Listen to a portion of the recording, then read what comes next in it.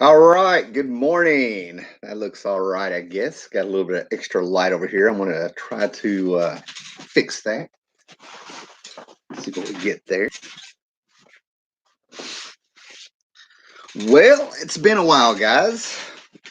Wait for a few people to show up. It's a Sunday morning, June 30th, 2019. Mr. Gretzky's out there. Hey, how are you doing? Oh, so we wake up. It's a Sunday. Even though it's not raining, we're still going to talk about comic books a little bit here, see who shows up here, if anybody's up at all. And of course, it's a beautiful July morning out here, at least in this part of Virginia. So I'm not really expecting a lot of people to be home that watch this channel and stuff like that. Hopefully, you are out enjoying it. Yesterday was absolutely beautiful here yesterday, and I get to go for a pretty long drive. All right. So anyway, I haven't been around in a while, but that's there's a good reason for that. If anybody's going to be interested out there. And of course, I'm going to put my phone on silent here because I'm already getting messages because I'm doing a live show. This is amazing. Never fails. It's like a tradition here. There we go.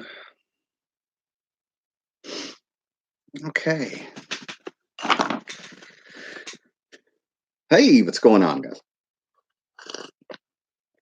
So anyway, before I do the big news here, I'll do a little bit of comic book talk and stuff, right? But I did not go to Heroes Con. One of the reasons I did not go to Heroes Con is just the way things lined up. I did something bigger that weekend, right? Um, Now, Heroes Con was about 2 weeks ago. It was in June, right? Heroes Con is the big one that I go to in Charlotte. It's been going on for since I think 81 or 82. It's a great con. They had Sergio Aragonis there this year, Mark Evander. There always seems to be somebody who hasn't been to Heroes Con in a long time or for their first time, which, gets a lot of excitement up. But I did not go. First time at least in a decade, I probably missed one, right? If I had to guess, right? So, what could make me do that? Well, let's back up before Heroes Con a little bit and stuff, right? I've been dating someone, and the person that I've dated, we've been together over a year now, but we knew each other back in the 2000s for 3 or 4 years and stuff, right? So, this wasn't like a stranger, and it was completely out of the blue how we ended up started dating and stuff, right? So in May and June and stuff, if you follow me on yeah, here's Concrete Cool next year, man. So if you follow me on Facebook and maybe Twitter, I don't know. I haven't really been playing around with social media, big time at all as always and stuff, right? Either because of things going on, but she ended up in the hospital twice. Two both stays were about 5 days, so that's why I haven't been streaming. I would work or take time off work if I needed to. Then I would stay at the hospital with her there a few times, coordinate with her family and stuff like that. So that was mainly on my weekends and stuff, right? And the procedure that she had set up an infection, and the infection was the type of infection that's so serious that the second time she went into the hospital with the infection, and they were giving her antibiotics and everything like that through an IV and everything like that. Somebody that was 2 years younger than her died of it 2 days before she got in the hospital the second time around. So yeah, that's pretty much why I haven't really been on YouTube that much at all. I also had a minor wreck with my car, had to get a new car in the midst of all of this. And I do say that part of the reason I had the minor wreck was from just pure exhaustion of trying to do everything and take care of everything. And it's one of those things where I don't want to come off like I was the glue that was holding everything together. No, I was just trying to be everywhere at the same time. So then I stopped kind of reading comic books a little bit because I'm wanting to read this bad boy. Now, if that is showing up, you'll see that I'm over halfway through now, but I'm determined to read Stephen King It before the second movie comes out, the second chapter of the movie comes out in September, right? And I'm well on my way. I'm over halfway through with this Stephen King It. Now, side note, it's kind of funny about it because this came out when I was 13. By 1988, yeah, 15 or 16, Everybody's talking about Stephen King all of a sudden and stuff, right? I mean, he was popular before, but there's something, I mean, it really took over this. Not that there's people bullshitting saying they read all this and stuff, right? So somehow I got a copy of it, and I probably read, who knows, like that much, right? And I put it down. Then the '90s came up, and it was really weird because I ran across a copy. Not only could I remember what I read, but I probably read like that much. And then in the 2000s, I got a hold of this bad boy again and probably read more. So that's one of the reasons I'm able to make such good progress. I get why people are into this. It's heavy on nostalgia. It's starting to get disturbing for me to see what it is a symbol of and what Stephen King is really doing with this book about growing up kids and sexuality and fear and all that stuff like that. But there's parts of it that are a chore to read. The thing really doesn't take off for me until like around page 500, if you will, right? So yeah, I get why this is around. Heavily nostalgic, a little bit timeless. He does have something special there, but it's parts of it are choppy. But anyway, so all this stuff happens, and it sounds bad. It really does, but everything just felt like it had a purpose and stuff, right? So after going through all of that, I'm behind on reading comics too. Yeah, me too, man. So after the girlfriend, being in the hospital and twice, and work being a little bit hairy and busy as always, and then wrecking the car a little bit and getting a better car. I mean, it worked out. Everything like that. Big rainstorm. I know I was sleepy. You know, everything worked out, all this stuff like that. I decided to go on a canoe ride with her. So the week of Heroes Con is coming up, and it's bothering me a little bit. So I take her to Hungry Mother's Park, um, rent a canoe for an hour, and I go out there, and we're on the lake of the Hungry Mother's Park. And I got engaged, guys. I have been My last marriage ceased 15 years ago. So hopefully this is my last marriage coming up. So yes, I got engaged. She said yes. I'm a lucky, lucky man. Um, and I've taken time to let people know who needed to know. It was right on the social media and things like that.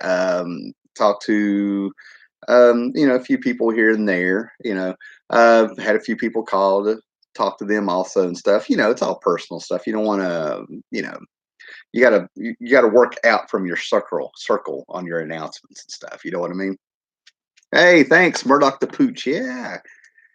Yes, and like I said, I'm a lucky man. She is wonderful. She has grown up so much from when I knew her before, and she knows that we've talked about a lot of things. Um, and I'm a lucky guy, man. I'm a lucky guy. Hey, Charlton 66. Brother, you just missed it if you just popped in. I just announced weekend of Heroes Con. I got engaged. Like I told you that it was coming. So,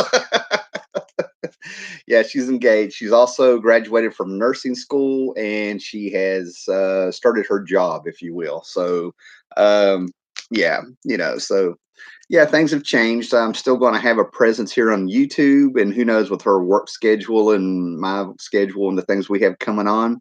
Maybe I'll be on YouTube a little bit more. Maybe I'll make actual videos again, with some editing if I can get back into it and stuff, right? Thanks, guys. Um, Now, how does this affect like the hobby and things like that? It's not a big deal. If you look here, you'll see things are, if you see this room, it's really torn up. Thanks, Brand. Thanks, man. Appreciate it, Steve. Thank you, Studio Fitness. Thank you, Gretzky, Murdoch the Pooch. Thanks, all you guys, man. Awesome, man. So, how's that going to affect the hobby? It's not going to affect the hobby at all. Stuff like that. She knew I was in it. This is the thing about it is this isn't like a complete stranger. That's the whole deal, right? It's not going to completely do it. I've taken her to a comic book auction. She didn't like that. She's gone to a con or two. I would like to take her to a real con. It's really not a problem at all. So I skipped Heroes Con, and she's come down. She's got her work schedule and stuff like that, and she's a nurse, so they have those odd hours, early morning hours or late hours, long hours, and so a weird thing happened Friday night. She gets here. She's got to be at work the next morning and stuff like that. We wake up at 3:30 in the morning on a Friday night. I can't go back to sleep. I think she went back to sleep for a little bit. So I ended up going back to sleep. And there's a convention called RobCon. And surprisingly, RobCon has been going on for 32 years, I think, 34 years, which really surprised me. And I actually, RobCon is ran by a guy named Robert Pilk, who owns Mountain Empire Comics in Bristol. I think right on State Street, probably on the Virginia side. And I sold 2 years in the 2000s at his RobCon, and the place was inside the lobby of a theater. It was that small. Now he's in a convention center. And so I ended up going to that. I wasn't going to go. Hey, Tony, want to tell you that she's happy for you both. Awesome. Tell Tony thank you. Hopefully we can have when hopefully everybody can meet at some point in time. That's part of what this video is and stuff right there. Um, so we went to RobCon and I was driving down there and it was really weird. I didn't want to go. I mean, I still like the hobby. I know I'm, reading it. I'm reading novels, so I'm not really, reading any comics and stuff right now. But the whole time I was there, I had this sense of responsibility back on me. I'm sitting here thinking we got to get a place and got to get a better car for her. And, she's been a student for so long. And I was sitting here thinking we need to do this and we need to do that. And all of a sudden I'm like, we may not be married now, but it already, it already feels like we are. I mean, we don't live together now. She stays here for days at a time and stuff like that. Um, so nothing's really changed. It just my priorities are shifting to where, you know, I'm ready to get on with our life. You get what I'm saying? I'm ready to get into a new place, maybe buy a place or something. We already talked about, I want to have a room. That's what's so funny. I mean, everything's light stuff about it and stuff, right? So that's what I'm saying. Priorities just shifted. So I got down there at RobCon, and you can probably look it up online or something. He's got a Facebook page just for RobCon and stuff. It's going on now. This is Sunday, June 30th. So it was yesterday and today. But one of the people that they had Tom Lyle there as an artist. They had some voice actors, somebody who does Frylock on Aqua Teen Force Hunger or something. Some guy that did worked on Coast to Coast with Space Ghost or something like that. Here we go. Yes, I made the announcement. Now I'm getting all kinds of messages. There's people watching who aren't commenting, but I see everybody here. Okay, so basically, one of the other people they had, now it really didn't surprise me how this guy came off, man, but they had this dude, and I'm not even going to mention it, Jackson Bostwick. Jackson Bostwick played the original Captain Marvel on a Saturday morning cartoon live show that Filmation put out, right? You say Shazam, he would pop up. And I'd heard over the years he was like a big, people would say he was an ass, but they were like real redneck or something. So I turned around and thought, okay, if he's a redneck, they just don't understand him and stuff. Well, I walked up to him yesterday and he basically amazed me. He really still looks like this to a certain extent. The guy's got to be in his 70s by now or something, right? But he had like his hair, it was dyed so black it was almost indigo. I'm like, oh, that's a home job, you know what I mean? And he had all these prints spread out and everything like that. And this is like one of my childhood heroes and stuff. This would be like me meeting, the dude who played Bruce Banner. This would be me playing, Bill Bixby. It'd be me meeting Lou Ferrigno, me meeting Linda Carter, me meeting Adam West, me meeting. I did meet Batgirl and Catwoman from, Julie Newmar and oh, I'm going blank on the lady that played Batgirl, but I met them. But anyway, I was sitting there and I was kind of waiting here, and he had all these prints and stuff set up. He had prints of this picture and stuff, and asked him how much an autograph was. Like, well, you buy this for 30, and you buy this for 40, I sign it, and all this stuff. Like, well, I brought my own. I whipped this out of the book bag. He got pissed off.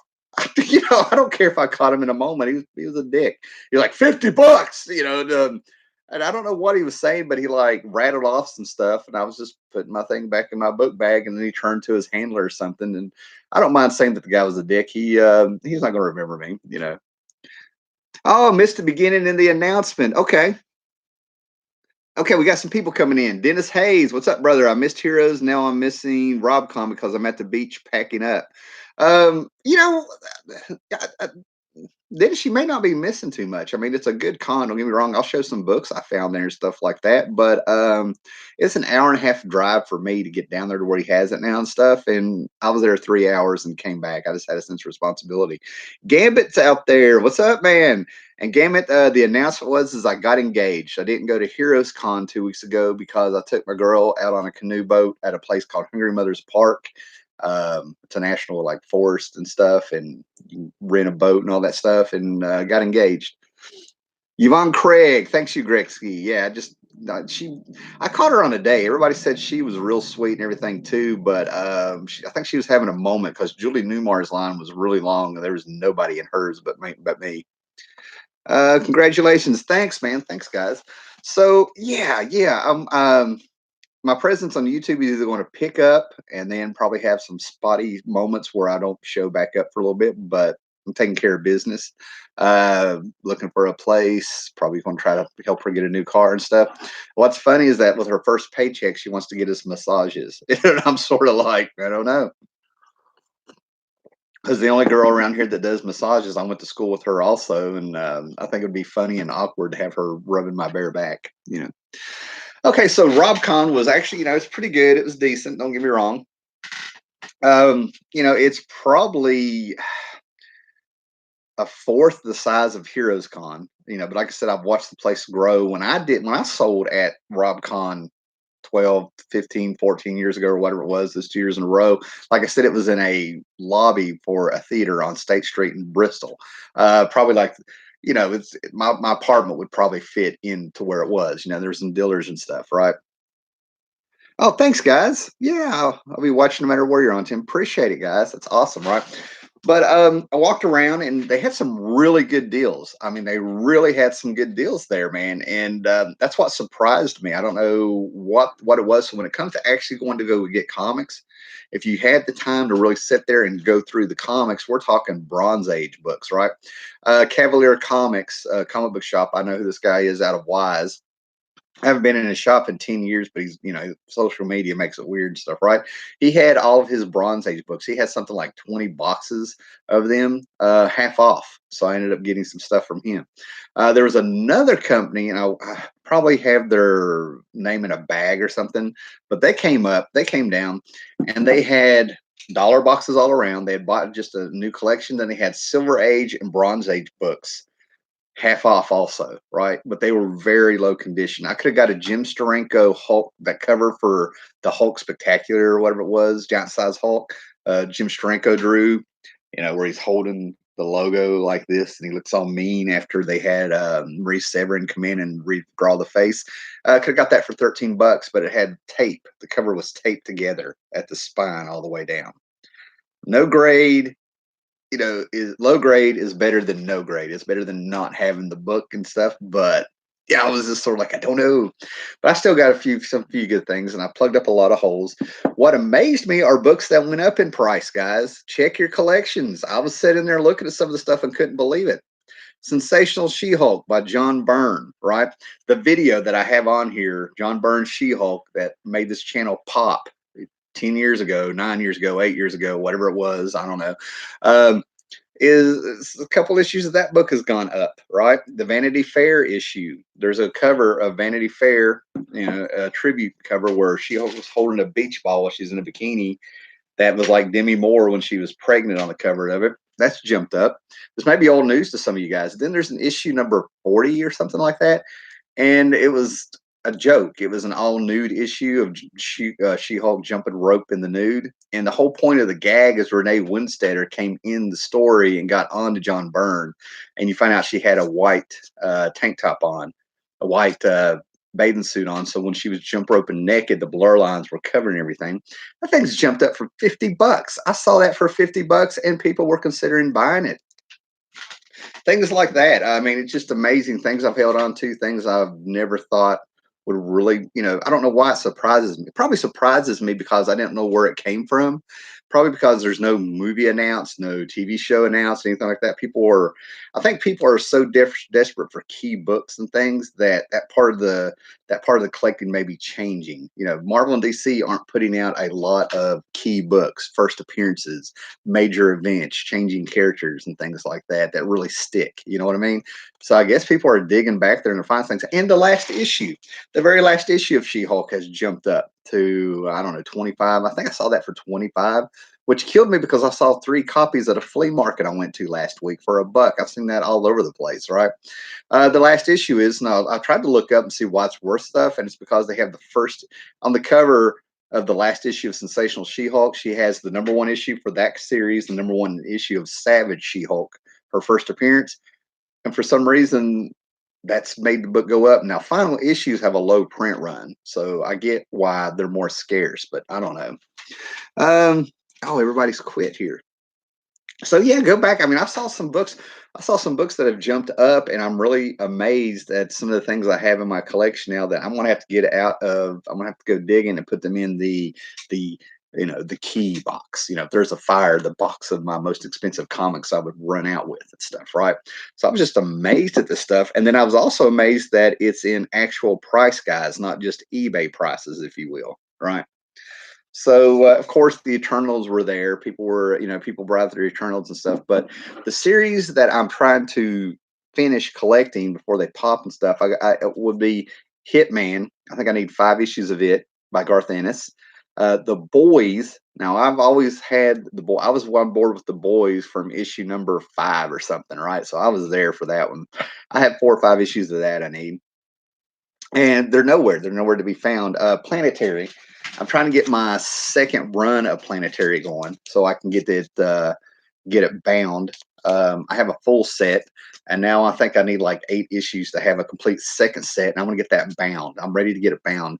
Oh, Charlton 66. When I went to his house and saw his bound books on his shelf, his Atari Force was the one that blew me away. He had Night Force bound. He had some really nice bound comics, and I'm determined to do it. So I'm thinking about Planetary, and I'm thinking about the Sword of the Atom miniseries from '84 and the 3 specials that came after it. I'm just going to see what condition they're in. I'm going to do it, man. I'll be watching you. Yeah, I started with just one key box. Yeah, yeah. Well, apparently, after what I've seen at RobCon and seeing that people were actually paying for those and that they're actually in price guides, online price guides that are reputable and things like that, who knows? I might have another short box of keys now. Have you seen the latest trailer for the Boys TV show? That's Gambit 896. Yeah, man. Now, let me tell you something. I am pumped for it. I have seen it. They got the costumes right. They got the aesthetics right. The casting looks all right. We're going by trailers and things that are coming in promotions. I have them on Instagram. I have them on Facebook. I have them on Twitter. That's what I'm saying when I do social media.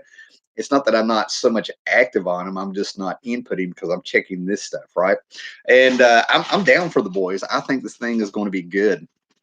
Plus, what is it? Amazon Prime? Is that what it is? I need to find out about Amazon. I have Roku. Roku.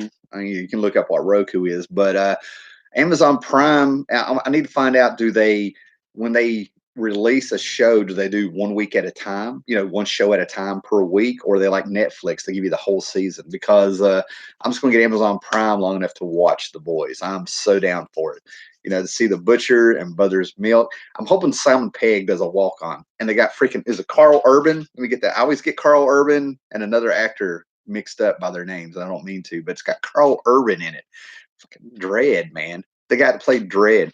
Hey, nice. Sword of the Atom would be awesome bound in a nice single volume. You won't be disappointed with the results. Oh, I'm pumped for it. Like what I was saying before, I'm going through the collection. I'm actually purging things. I'm getting ready for a move when we find a place. So that's what I'll be doing today. I'm probably going to be having, a separate little section here and there for to see how get those bound. Yeah, I hear you, man. I'm still bummed about the Swamp Thing TV show getting canceled. For you guys that don't know, Swamp Thing got canceled early, before the first episode even came out. I think I heard about it. A lot of people are saying it was the first episode came out and then they did it. But the Swamp Thing TV show on that DC app you can get was supposedly, has been canceled at 10, early. You get 10 episodes instead of 13 or 12 or whatever they want to get you. And I've heard many things, no faith in it. The DC app, Universe app might be going away because Warner Brothers and some other company are looking at things to redo and everything like that. And then they said that it was a clerical accountant snafu with North Carolina, the state that they filmed the show in taxes and stuff. Who knows? I am going to be watching the show. I'm waiting for all the shows to be released, and then I'm going to get the DC app to binge them. I already know a few places I can pirate the shows, if you will, but that's too much effort. I'm not really down with what I have to do that. It's not a big deal, but the Doom Patrol show was amazing. The Titan show won me over. It's really odd. They got everything right in the Titan show except the very Titans themselves. If you can get past the fact that those aren't the real Titans, in their new characters at least in my head. I'm like, oh, that's cool. I mean, they got Jason Todd right. That was awesome. Hawk and Dove, they got them right. I have Roku too, Sling, YouTube Prime, and Pluto, Sony Crackle. Let me tell you something, guys. For you out there, Pluto TV, this may be old news to you guys. Pluto TV is awesome. I've watched it off and on for a year here and there that I can think of. Started on, my little phone and on the Roku. But channel 77, classic Doctor Who, 24 hours a day. Classic Doctor Who. All right. I've been catching up with my Tom Baker and my Colin Baker finally, in my Sylvester years that I missed. What's up, Pete? So, all right, Paulo. I heard DC app might go with the Time Warner app if it comes out. Yeah, that's what I heard. Costa is here. Sequential Geeks jumping on there. I have Hulu and Netflix too. Awesome. I've been dabbling into Netflix. I was around with Netflix from the beginning. I got rid of them a couple years ago. I'm back. I still need to watch the Doom Patrol show. I love it. I think Doom Patrol. I mean, now I'm going to hype it up because first of all, I'm a Doom Patrol fan, and then they got major things right to begin with that they went all the way with. But I think it's the best DC TV show they've ever put out, ever. I mean, I'm putting it out there. Now I haven't watched Swamp Thing, but I'm hearing good things. They already messed up Madam Xanadu from what I saw. So yeah. Um, no, you got to pay a premium for it. That's a joke. I got you. Okay, Pluto is killer. Yes, Pluto is fun. All right. So what did I get here? Now that we're here, for everybody that's popping in, the big announcement I had is that I did not go to Heroes Con because I got engaged. Yes, I'm a broke record on it. I'm very happy. I'm very lucky. Yeah, the Doom Patrol show looks really good. I've watched a few of them, and I'm just going to binge them. I'm going to sit down and I'm just going to binge them one after the other. I can't stand waiting. Thanks, guys. Thanks, guys. All right, so I was telling you guys just to have a little talk out there, and we'll talk TV shows or whatever you want, guys. Put them out there, man. But some of the things I got, this now finishes the 4-part, and I'm going to do a separate video on these, so I'm going to go quick on them, man. But I got these half off, and then I got another deal on them. I got these both for 10. But this is a 4-part story by Stan Lee, Joe Buscema, and the first appearance of my favorite Herald and one of my favorite Marvel characters, Airwalker, Gabriel the Airwalker. This is part 1 and 4. I bought 2 and 3 at I think a flea market or something a few weeks ago. And why is this one of my favorite stories? Because when I was a kid, it was in a Fantastic Four Treasury Edition.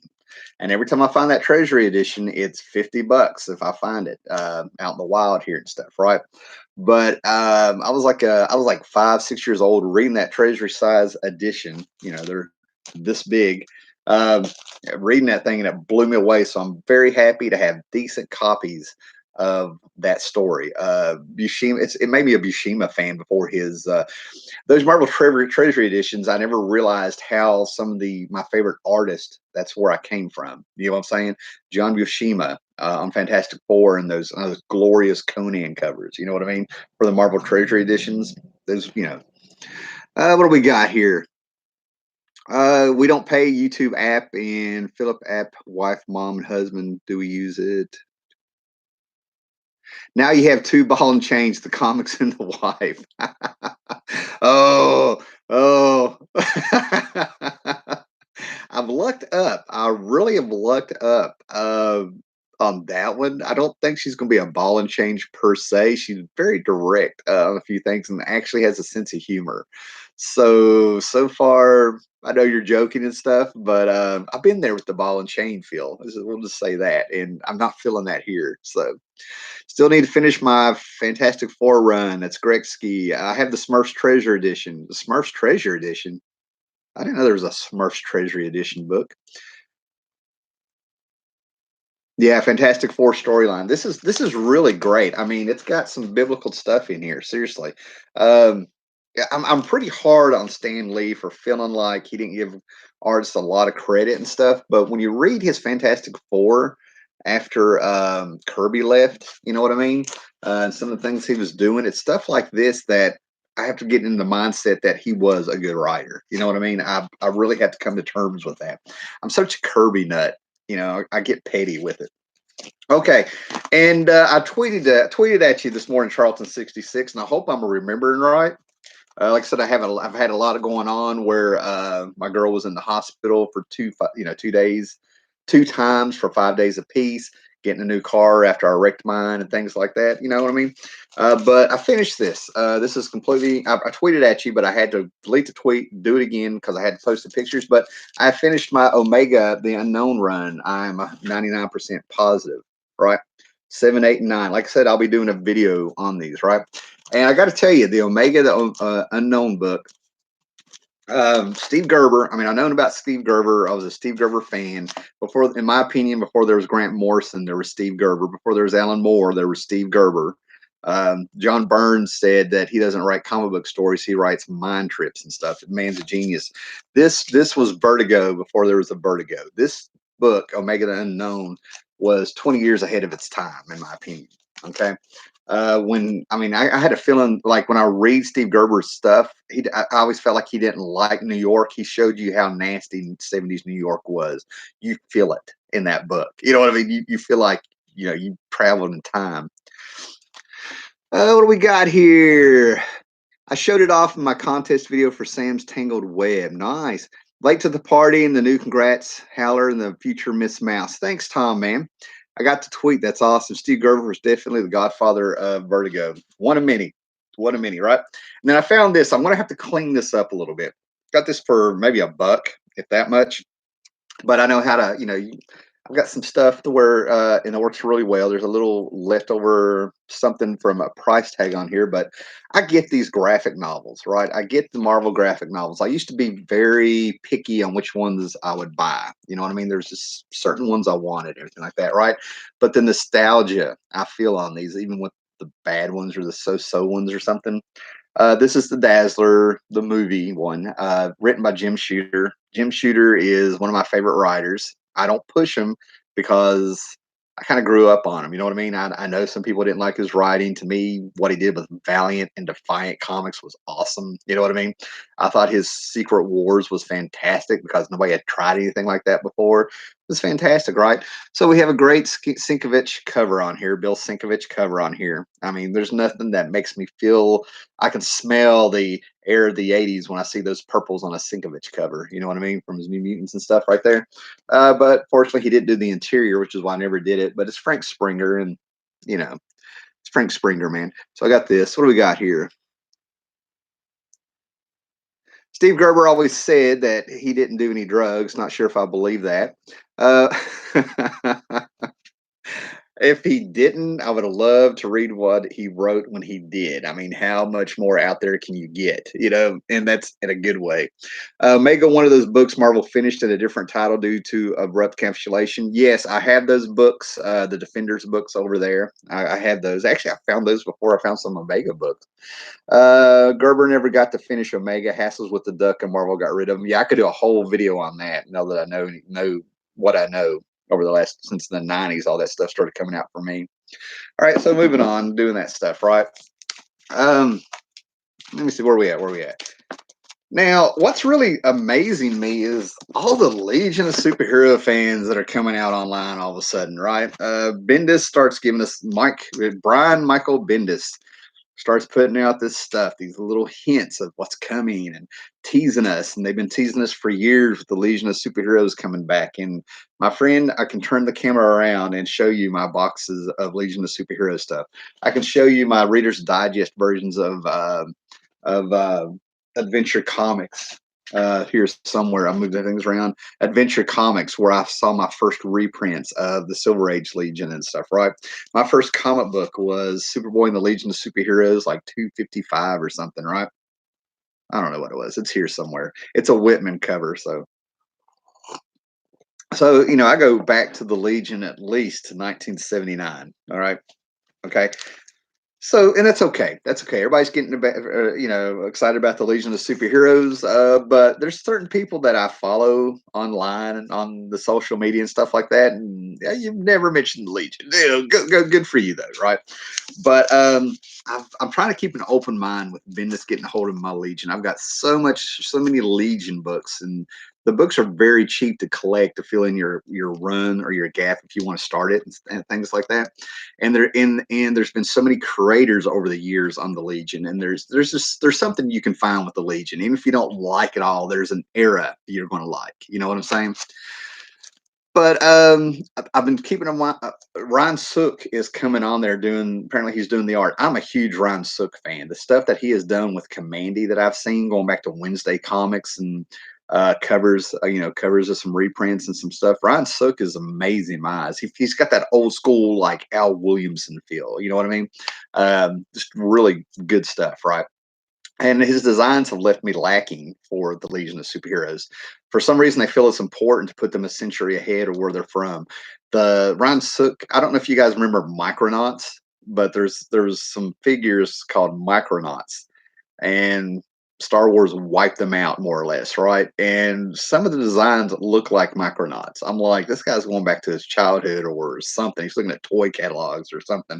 I'm really surprised. Saturn Girl's costume looks horrid. I'm just sort of like, what is that? What are we going for here? And everybody's got shaved heads and stuff.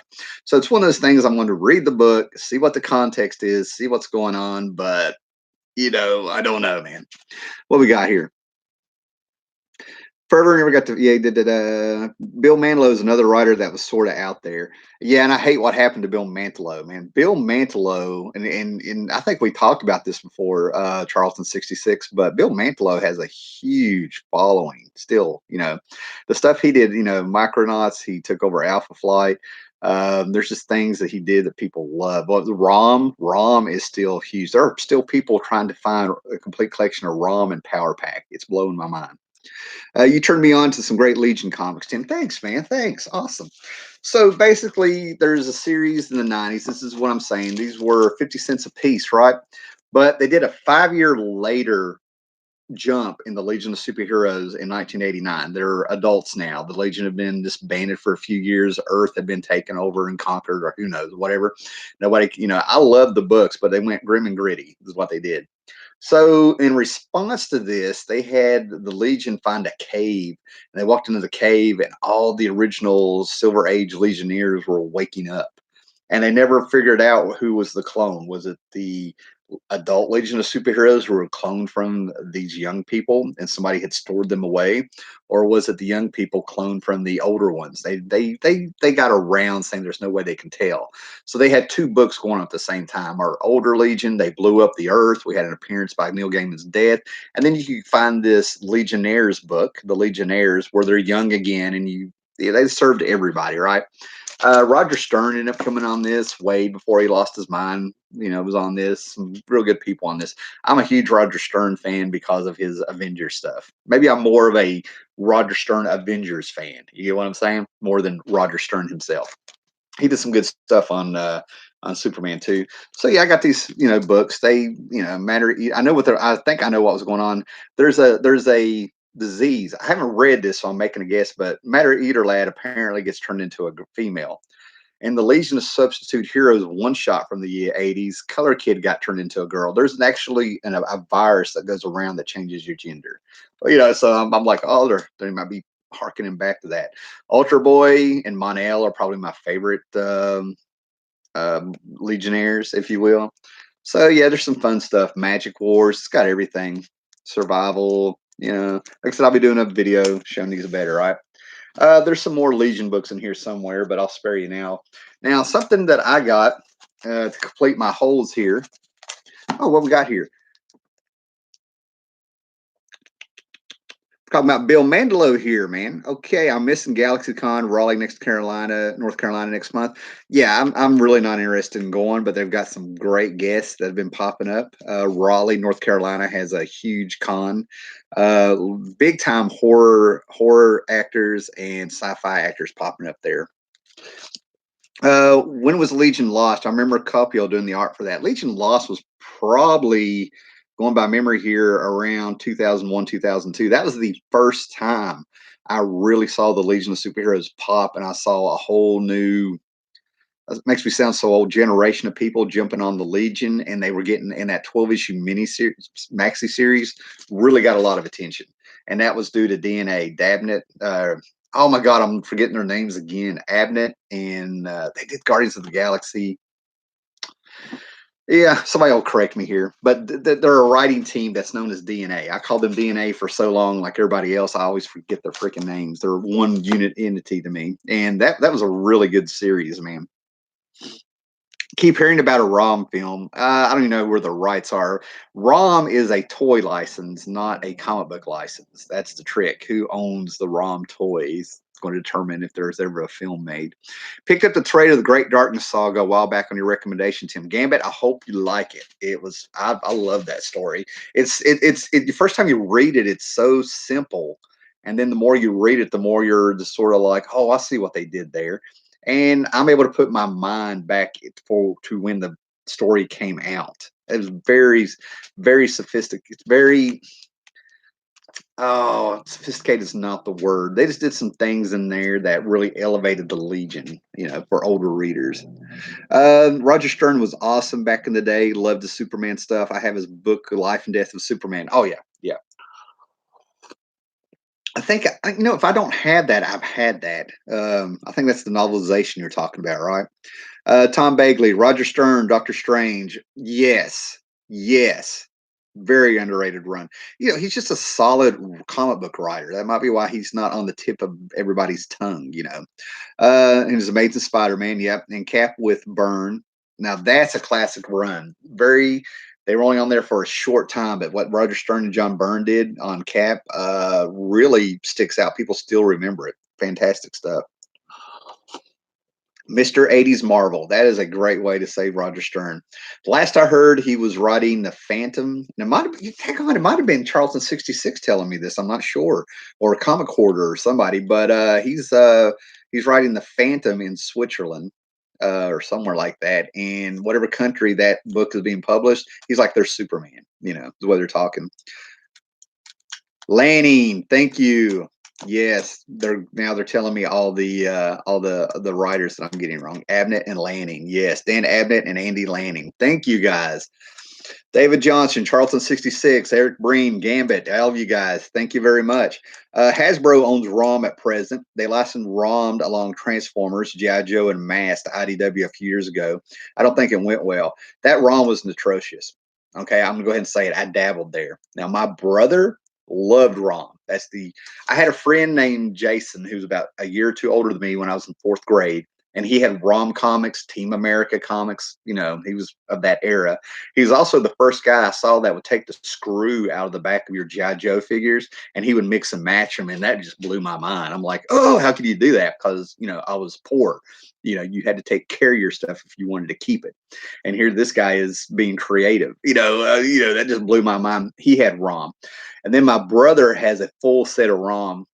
He loved ROM. My brother's 4 years younger than me. He loved ROM, so I was well aware of ROM. Kind of wish I'd picked up on a little bit more. Way ahead of the Fantomet magazines from the Norwegian and Swedish market. I get on here and I do this show and I put things out there, and it doesn't bother me if I forget things. It doesn't bother me if I mess up, because you guys are freaking awesome out there, man. We got Pablo, Charlton 66, Eric Bean, Gambit, everybody popping up here, man. And you guys are so knowledgeable. It feels so good to be able to throw something out there and just have a conversation back and forth. And either you make me remember things or you set me straight. And that is so freaking awesome, man. I love this. And anybody you see here in the chat, anybody's name I'm doing, go to their channel and find them on Twitter, find them on YouTube. Oh man, they're so awesome. I won't be walking away with homework, sitting here being like, "Hey, man, let's look this up." There's now I've said it before, but when I go out and I'm getting these comics, I'm getting really refined to where I'm plugging up holes. I'm really zoning in on these little things to plug in, to complete runs and things. It's time to do it. I'm getting old, guys. I'm getting old. And one of the things I get, and it's really odd because once I remind myself or set my mind to it, sometimes I just walk in, it'll be the first thing I find in there, right? Now, these are marked at $10 a piece. I found them for $1 a piece. This is Machine Man from the 70s. I'm a Kirby nut, right? Strangely enough, I really dig Kirby's 70s stuff. When I was a kid, Machine Man was in the house, Devil Dinosaur was in the house, 2001 was in the house, and I thought they were weird. You know what I mean? I mean, they really felt weird. They really stuck out. I wanted my Mark Grunwald, Ralph Macchio, John Byrne Avengers. Where the Beast is on Wendigo Mountain. You know what I mean? And the High Evolutionary and stuff. I wanted my little Legion of Superheroes. I wanted my X-Men from the 60s because there was some Silver Age X-Men books in my house. There was some Silver Age Fantastic Four in the house that had Kirby, but Joe Sinnott gave it a different feel. Vince Collada, Mike Royer, these guys that came on at Ink Kirby in the 70s, it was weird. It scared the hell out of me, and all this stuff, right? Now I can't get enough of them. So I'm pretty sure that what I have here is number 9. This is the last issue that Kirby did a Machine Man. And then Steve Ditko came on, number 10, right? Now, Ditko has my respect. Do I really need to go who Ditko is? You know what I mean? So this may be all I need of the Machine Man series or something. I could sit down and reread it or something, right? I kind of dabbled in it here and there, right? Um, the best version of Machine Man, in my opinion, is what Alex Ross and I think it was Kruger, a guy named Kruger, I did in Earth X. What they did with Machine Man, playing around with him, showing his parts, making him transparent, making him more machine-like. There's a lot of stuff that was fun in this and stuff, right? But the way I remember Machine Man when I was a kid and reading it, when I saw a cartoon called Inspector Gadget in the 80s, I was like, oh, it's Machine Man. So I'm probably wrong. I'm probably being a little hard on there. Stern, let's see. The problem with Marvel adding licensed characters to the universe is reprint rights. And it's a long time for us to see the ROM trade paperback collection. And maybe that's why people are after those books, right? Now, Charlton 66 gave me an issue, and I showed it in the video when he gave it to him. Charlton 66 gave me an issue of ROM that I have over here. And he had a letter printed in it. Charlton 66 had a letter print. Am I wrong there, Charlton 66? You still out there, man? Yeah, he's had a letter printed in there. And one of these books I just showed you, I think it was an Omega the Unknown. Kurt Busiek has a letter printed in it. I think it's number 7 or 8. Kurt Busiek had a letter printed in it. Thanks, Charles66. Nice on it. Yuki J is out there. What's up? David Johnson. Funny you mentioned Machine Man. My LCS had a really nice copy of one for $15, and I grabbed it. Nice. Okay. It was issue 1. Awesome. I've got a beat up issue 1. If I was ever going to give in and let somebody press a book, it'd be it. I would love to find another Machine Man number 1. I have 2-3 copies of his first appearance in 2001 by Kirby. My first contact with Machine Man was the 2020 miniseries by DeFalco, Trimp, and Barry Winslow Smith. I see that thing everywhere, and I'm beginning to think maybe I need to get that miniseries because those covers by Winslow Smith are amazing. I really dug the Machine Man limited series. Was it based in 2020? Oh crap! Arno Snark is there as we speak. Machine Man got played around with so much, I never really followed his continuity. If you get what I'm saying, he was just to me, he was just a. There's a couple things with Machine Man. It's not that I disliked him. It's just that he looked like these. Oh my God, what were they called? The recorders. There was these machines, these androids that popped up in Thor. Okay, follow me here. And what they did is they looked like Machine Man, but they were purple. They had purple trim and they were white and they had flesh color. They looked alike. And they would put their fingers on their chest and they would narrate to the reader because they were actually recording for the race that sent them here what was going on in Asgard and stuff, right? I thought Machine Man looked like him, thus he didn't look unique. Then, like I said, later on, it was like I could see Machine Man as a cartoon, and what happens is Inspector Gadget pops up, and I'm like, that's how I pictured the cartoon. I'm going to be rereading them now, seeing what's going on. So I just didn't really keep up with it, man. It was Evan Dorkin, Sequential Geeks back. He has his first printed art by Dorkin. Barry Winslow Smith's Machine Man and the future Machine Man was the future Iron Man. Huh. Sequential Geek, I don't know why. I had to approve your comment. I don't know what's up with that. So where we at? Barry Winslow Smith Machine Man and that future Machine Man versus future Iron Man was cool. I gotta re-pick that up again if I don't already have it. I remember Recorder was in the old Hercules series by Bob Layton. There you go. Somebody out there remembers them. Yeah. I mean, it's really odd how I remember these obscure characters from when I was a kid, so that when newer comics come out, I'll see something and I'm like, they should have just brought that in because they already have one of those. I always wanted to see the Recorder and the Watchmen team up and Marvel team up. All right, moving on. Now, when I was 13 or 14, Byrne had left Fantastic Four. He went to do revamp Superman, and I'm a Fantastic Four nut. So they had, who was it? Was it Roger Stern? I don't think about Steve Englehart. Steve Englehart ended up finally taking over with John Buscema. And I don't know what happened, man, but it really felt like John Mishima was calling this in. It really felt like these stories were being called in and they were doing stunts, right? And it really blew my mind because I had this run, I've gotten rid of it, and it ended up leading up to Secret Wars 3, which was we find out the Beyonder was still alive and Doom was going after his ass and some other people were going after him. We ended up having Secret Wars 3. I'm not saying that this storyline had a direction, but it was all over the place, right? But these two issues in particular, after I sold them and I think I sold them to my brother, who knows, with some 80s Thor runs and Captain America runs and stuff. I think I sold these to him. But these two stood out. Something about the cover for 305 here. This feels classic to me. It's simple. It's John Buscema. It's this classic thing, and the Human Torch just looking at each other. I mean, there's something really cool about this. There's a magic, all that space with the blue above really sticks out. I really like it. And like I said, this era really felt like it was caught in. Then they did the big stunt. They turned around and had Sue Storm and Mr. Fantastic leave, I think, to raise their kids or something. I don't know. They brought in Miss Marvel, who was a leftover character. That's another Miss Marvel, who was a leftover character from the Thing comic book with their Universal Wrestling Federation or whatever it was, where you had the power broker getting everybody super strength and stuff. So you would see like wrestling from super tough freaks. But anyway, they all got hit with another dose of cosmic rays, and the thing morphed into the Rocky Thing.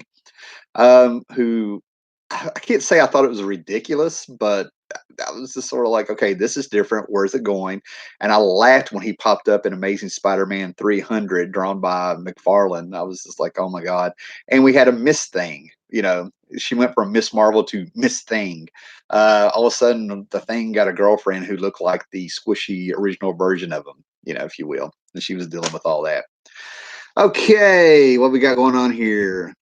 Oh, some people's popped in. There's been a lot. Okay, I've missed some people talking here. So what we got here? Somebody saying, "Hey, Sleepy Reader, what's up?" Damien's in the house.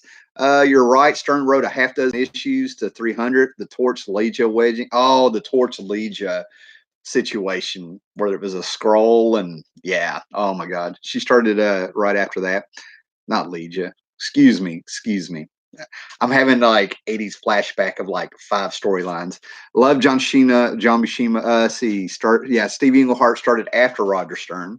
And then we have John Mishima Hulk run. That was awesome. The Image of Thing looks like a hack job of some artist. Good morning, Mr. G. Just woke up. Yep, Sleepy Reader's definitely here. What's up? I was genuinely sad when Byrne left, but hey, I like the Englehart Pollard run. Yes, Keith Pollard is one of those guys who's dear to my heart.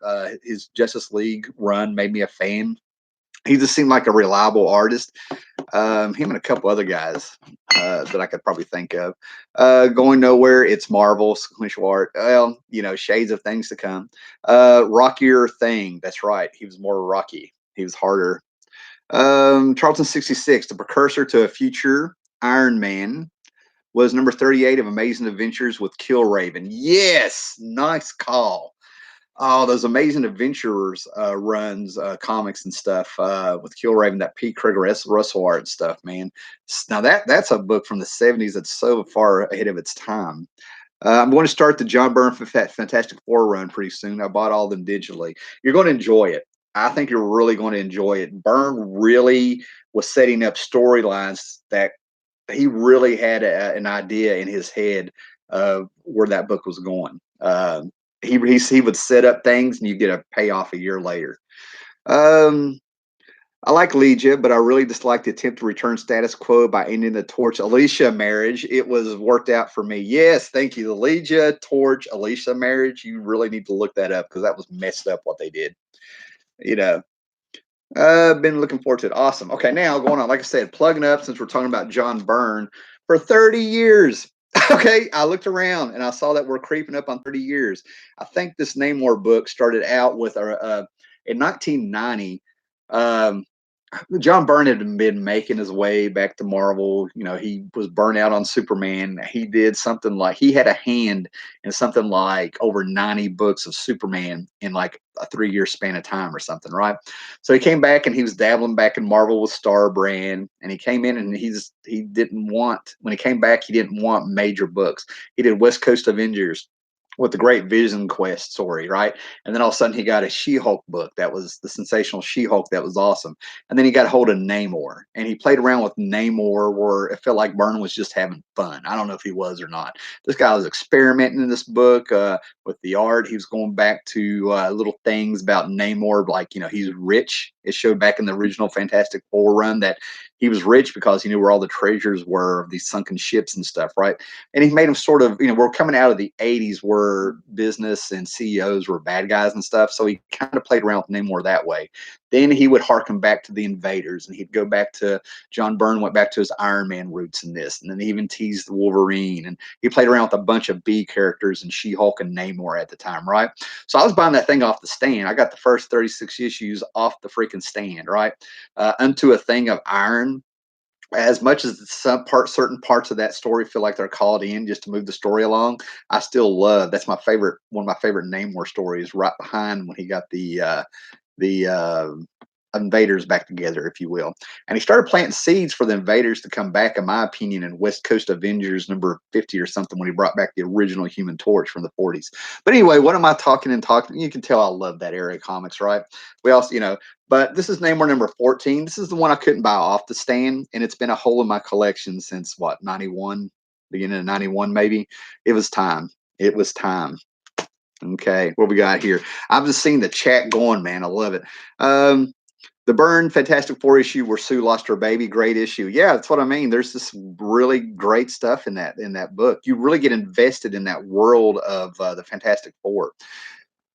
Expat Unchained. I bought the Namor issues when they first came out. They were fun.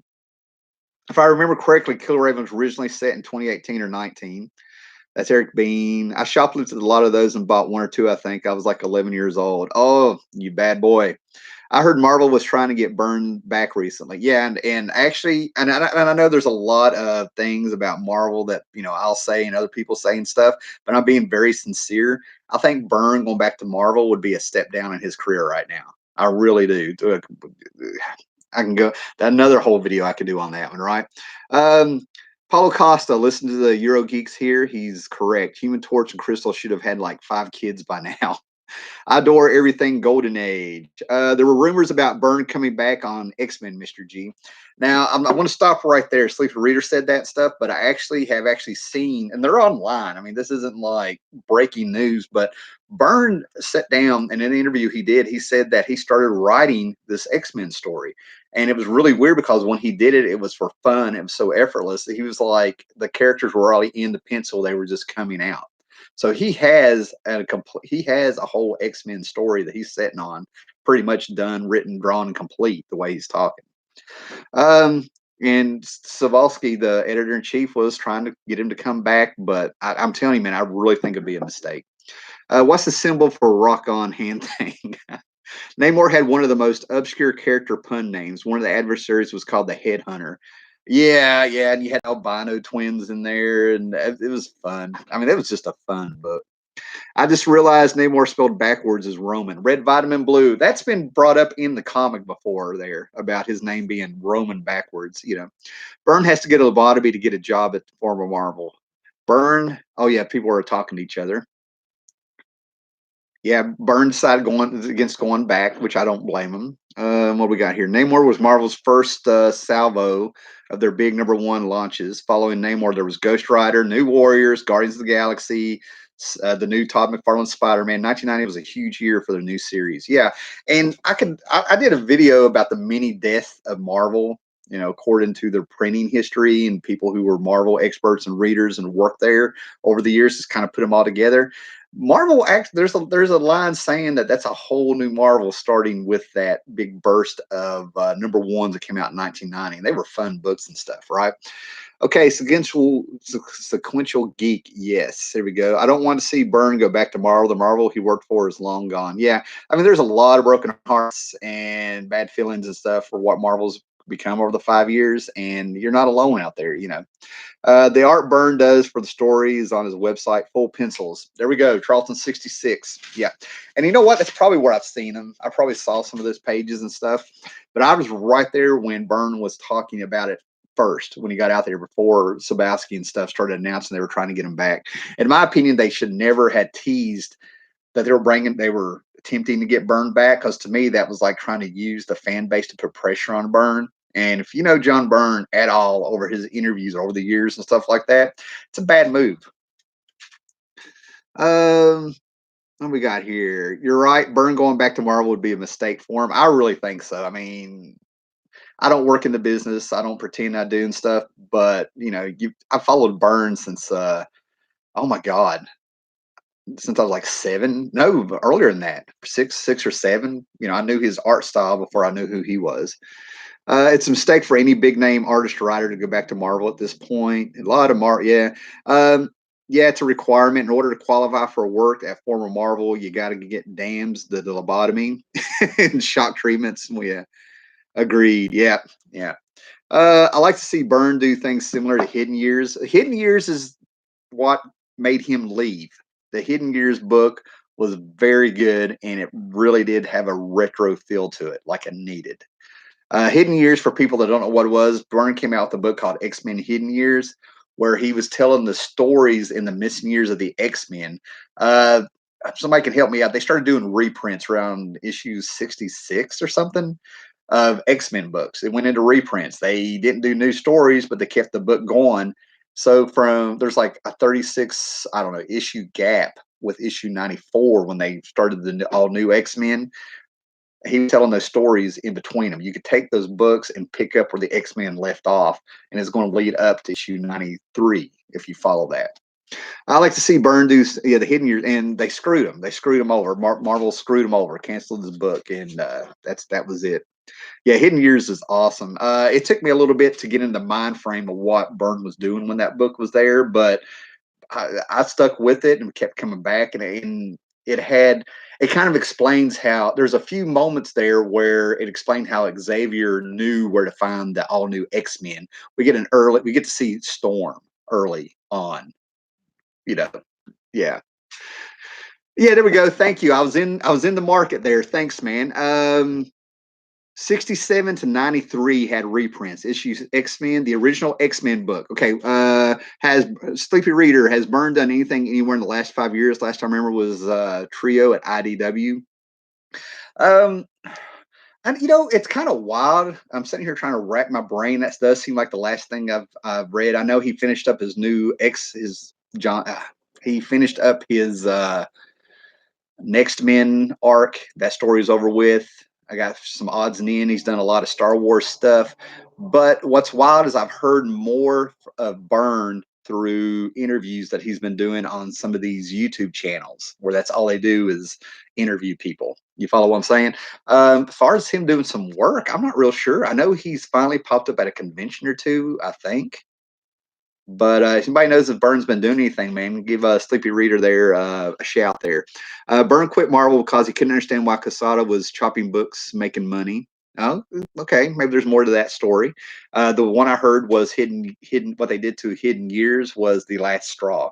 Sienkiewicz should do Cloak and Dagger. Oh man, I swear, I wish I could think of what it is. I've seen some pinups of Cloak and Dagger he did, and they were freaking awesome. I can think of one. I can see it in my head. Think of Sienkiewicz. When I look at his art, I get that same really weird feeling that I get when I see H.R. Geiger stuff. You're kind of repulsed and fascinated at the same time. It does something. There's something about the dehuman, the angles and the things that he does that makes your brain want to reject it at the same time. Burt quit Marvel because he could. Where we at? Where we at? Byrne explained why they were wearing their original uniforms. Yep, Byrne is doing a photo novel series with Star Trek. There we go. Byrne was doing Star Trek first. Yeah, I know he's been really involved in the Star Trek. I had the Romulan book that somebody sent me. Might have been I wonder if Charlton 66 in it. Mostly Byrne is chasing kids off his lawn these days. He was always like that. That's what's funny about him. It warps the mind perception of the concepts. Yeah. Okay. Anyway, so going on with filling in some holes and stuff, right? Boston Con last year, Byrne was at it. That's it. That's the one. I saw some video of him there. And it seems like he had a really nice leather jacket on. I'm just going to say, of all things, I wasn't interested in what Byrne had to say. I was like, nice jacket, Byrne. Yeah. Okay. Anyway, Hellblazer here. A lot of people don't realize that Garth Ennis, his first American work was Hellblazer 41, I believe. And I'm always trying to pick up parts of his run now. I've been trying to collect the full run of Hellblazer. Ended up being a Vertigo, one of the first Vertigo books, if you will, for there's Vertigo and stuff, right? And I'm finding out that the you really need to, in my opinion, you need to collect, right? But you got Delano, okay? You got a new Gaiman issue. You got a Grant Morrison issue. You've got Garth Ennis. You got Paul Jenkins wasn't real consistent in my mind, but he got it. And then, of course, Warren Ellis, and there might be one or two other people, right? I don't think I'm going to go for all 300 issues, man. I think I'm going to really focus on the ones that I need, right? But, all of a sudden, man, Garth Ennis comes on Hellblazer, and we get that story that ended up being part of the movie and one of the consummate ones. For me, number 11 is fantastic. I can name an issue here and there. Oh man, I'm having to. Let's see what we got here. I had the Star Trek Assignment Earth mini that Byrne did, but that was before his work on his own with the trio. I like John Sci-Fi. I don't know what sequential art's saying there. And then somebody said that was a good interview. Awesome. Now, one of the things I'm plugged up, I swear I had this book. I don't know what happened, but one of the things about Legion in the early 80s is that I always pushed that Giffen Levitz run from like maybe 290, going through the Great Darkness saga all the way up to about issue 210. I think that is a run of books that is right up there. I'm saying it with, I've said it before, it's right up there with Wolfman on Titans, right? And for some reason, this is an issue that keeps disappearing, right? But one of the things they did is like, how in 1,000 years, why do we never see any Green Lanterns or mentions the Guardians of the Galaxy or Oa, right?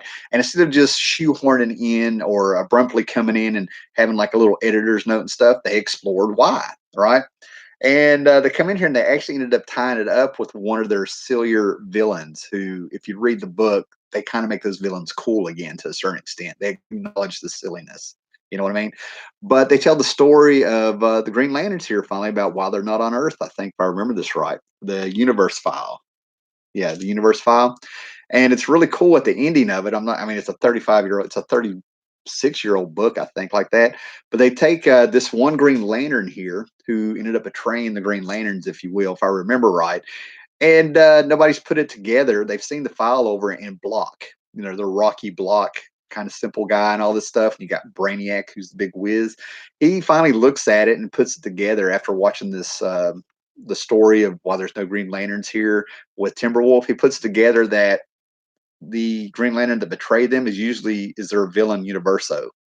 He was like, but I couldn't be right. Wouldn't Brainiac have figured it out on his own? He's kind of chuckling about it. So they did cool little things like that if you were a DC fan. What we got here? Azzarello for an American did a bang up job. I think Azzarello did that great story where Constantine was in prison, and it was very, yeah, you don't want to go to jail. I just finished collecting Byrne's Lab Rats. I feel like him using DC to tell unfinished Next Men tales before he got to do them in IDW. I skipped that one, man. I really did. I looked at that and I was like, I don't know, man.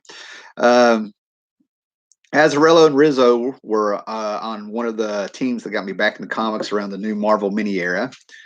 I was hesitant at first, but it got me with the first story arc. I know 100 Bullets was Vertigo, but the whole indie time was rocking. I just gave away all my 100 Bullets trades. Not my thing, man. All right, so some of the things I found that I couldn't believe are these beautiful Silver Age slash right on the verge of being Bronze Age books. DC Showcase with Manhunter 2070. Can't say a lot about issue of Manhunter 2070 because this will be the third issue of his that I read that I'm about to read and stuff. But it's just cool sci-fi stuff, right? There's little things that I really like about Silver Age, Bronze Age DC. Um, it's really odd. It's kind of like I mean, I'll sit there and say Marvel had him beat on their superhero stories, but it's like anything that DC did that wasn't superhero oriented was really, really good. You know, um, they could have gone a little bit more with that. And then I have this book here. I have issue number 1. This book keeps popping up. I love cavemen. I love Bigfoot, Sasquatch, things like that, real primitive stuff, right? So it cracks me up that I was able to find for $1. And that's what I'm trying to tell you. This is a $15. All these things you're seeing have prices on them, like $14.99, $9.99. I ended up finding these for $1. Anthro number 6. And what's bad is that these last 2 books are in better shape than some of the more modern stuff I bought. I don't know what the deal or how they survived or anything like that, right? So those books are real fun, just to get it. And then I'm not going to kill everybody with this one, but for 50 cents a piece again, I'm backing up and I'm getting the Legion 89 book, the Legion 90, Legion 91. Keith Giffen and Grant, I think it was Alan Grant, and Barry Kitson came on. And we had the corner of the DC universe out there in space. Lobo popped up. Captain Comet ended up popping up. Burl Dox was like kicking butt. This is a very underrated series. I don't want to hype it up too much, but the longer you followed along, the more it kind of pays off, right? And other people, Barry Kitson ended up taking over the book for a while. They got Wade on there for a little bit. Some other people came on, but I'm finding the Grant Giffen era is the best. I mean, there's some heavy duty sci-fi in there. We actually get to see what I liked is that the things we've heard about get acknowledged and rectified, if you will. Like Lobo, his biggest thing was when you fought him, you had to be careful because every drop of blood would make a clone of him, and you'd be fighting a couple Lobos. Well, they kept talking about it, but I don't recall ever really seeing it. I'm still tracking down some Omega Man issues to see what happened there. Well, what happened in this? Viral Dox came in, and he's a descendant. He's the son of Brainiac, is what they were saying, right? So he's actually like Brainiac too. He ends up neutering him. He finds a way to fix that to where he can't do it anymore. So what we got here? The new Marvel Mini Area 2000. I can't see some of the comments here, but I think we're about to wind up. I was hesitant at first. I know yeah, Gretzky is getting into more DC Silver Age, Bronze Age books. Yeah, the back issues is the way to go now, in my opinion, versus a lot of modern comics. I think this is your time to get back there, explore, find some stuff. There's some stinkers out there, but you're going to find something by accident that's awesome that was overlooked. The old Atlas comics are supposed to be blown up. Have you heard anything? Those are Silver Age books.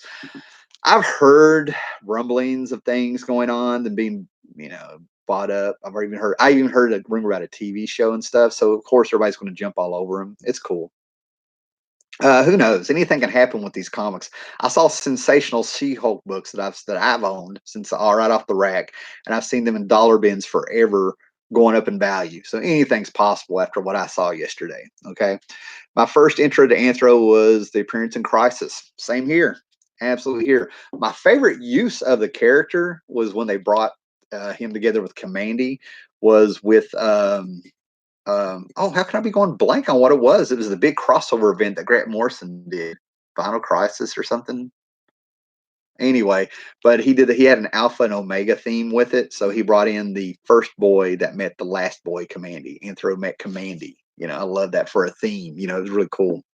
Atlas Seaboard is early Bronze Age. Giffen's team ups with Grant are like the dirty older brother to his team ups with the Montes. Yeah, yeah, that is awesome. Yeah, dirty older brother. That's perfect. Yeah. Atlas Rocks, Charlton 66 knows. All right, Eric Bean, we're going to prove your comment. I don't know what the deal is here. She-Hulk is now free to be ugly. 2000 Marvel. I tried to give that a chance. Like, I wanted to see where they're going with it. Is this going to be a rite of passage? Are they doing character development with what they've done to She-Hulk and stuff, right? I wanted to get there and see what it was, man. I made it through 3 pages. I'm not going to say which one I read. I made it through 3 pages, and I'm like, I can't do this. So I don't know. One book I can't get at good price is Boy Commandos 15 from 1946. Now, when it comes to the Boy Commandos and the Newsboy Legion and stuff like that, I've read those in reprints. They were in the some of those were in the back of the Fourth World series that Kirby did. You know, you would get these Tales of the Guardian and the Newsboy Legion. I read some Boy Commandos and stuff. When I read those, I could automatically tell that Kirby was writing about his friends from back in the day, 30s, 20s, 30s, how, whenever he was a kid and stuff. Somehow I just knew that. Years later, I would hear that's what he did. And I also like how there was a kid in, I can't remember if it was the Newsboy, I can't remember if it was the Commandos or the Newsboy Legion, Derby. I think his name was Derby. Somebody was trying to connect it to where that was Dan Turpin, the cop, that got beat up by Calabac in New Gods #9. They were saying that was that kid grown up. And then the Superman animated cartoon turned Dan Turpin into Jack Kirby in the cartoon. So that's when I hear these things, I put it together like that and stuff. I think the only Marvel book with any potential is Savage Avengers. Conan, Wolverine, and Venom shouldn't work, but it does. I haven't tried Savage Avengers, but of course, Immortal Hulk. I'm not bringing anything to the table that's new. I'm going to check out Immortal Hulk in trade because I have no faith in Marvel. I feel like as soon as I get attached to that book, they're going to do something to it. But from what I've read, little pages online and talk to people and stuff, I really feel like they're writing. I feel like they're tapping some Alan Moore there. I want to read the book before I give an opinion on it stuff, man. I don't want to say that it's rehashed, but I did ask the question, is this book mediocre amongst a bunch of other more mediocre books than people are thinking it's great, or is it good? And I've been told by friends of mine that, you know what they're talking about, that it is good. So I'm going to be checking out Immortal Hulk. Savage Avengers, I haven't heard anything. I got this thing I'll have to get past about dragging Conan into anything of the Marvel universe, even though we've had his wizard, some of his foes pop up in other books, like X-Men in the 190s, where we got a Hyborian Age New York. What if it was Commandy and his boy Commandos? That'd be cool. I'd be down for that. My favorite Newsboy Legion were their appearance in Supreme, the Return #6. What do you think of the Krypton series on the Sci-Fi Channel? I'm about to dive into that. I watched 2, 3 issues and I felt like it was thin and cheap. But I'm harsh on shows, man. I really have to sit down and binge a few of them. Basically, my thing is that if it doesn't grab me, I'm not going to invest my time week to week. They are on Netflix. I've got some app on my Roku that the Krypton series is on, and I'm gonna go ahead and check it out. I'm gonna check it out. I heard it was really good. I heard it's sort of like Gotham. It got better and better. Not like Gotham in any storylines, but like the quality of the storytelling. I heard it got better and better. Mortal Hulk has a more vibe for sure. Thank you, Sleepy Reader. Thank you, Damien. That's what I was starting to pick up, but I haven't, like I said, I haven't dove in there to give an opinion. And I know I don't want to put anything out there wrong, but yeah, I was feeling more of a more thing. I'm hoping it's influence or a tone or something. It also respects the Hulk history. You got me there, right there. I don't know if you're that's just, I don't know if you sent that to me directly or not, but you know how to talk to me. Um, what we got here? Sequential arc. Yes, I don't know what that is. Yeah. Okay, guys. Thanks for everybody that's popping up here. It is almost 11 o'clock. I have no idea. I'm using a computer this time instead of my phone. I have no idea. We've been live an hour and 20 minutes here in just a minute.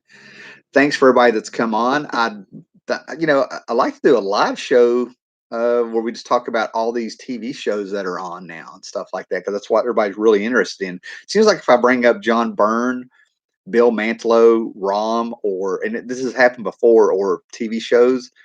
If I hit the TV shows just right on a weekend, man, everybody pops in here, man. So thanks for everybody popping in here. I want to finish out the comments and then we'll wind it up.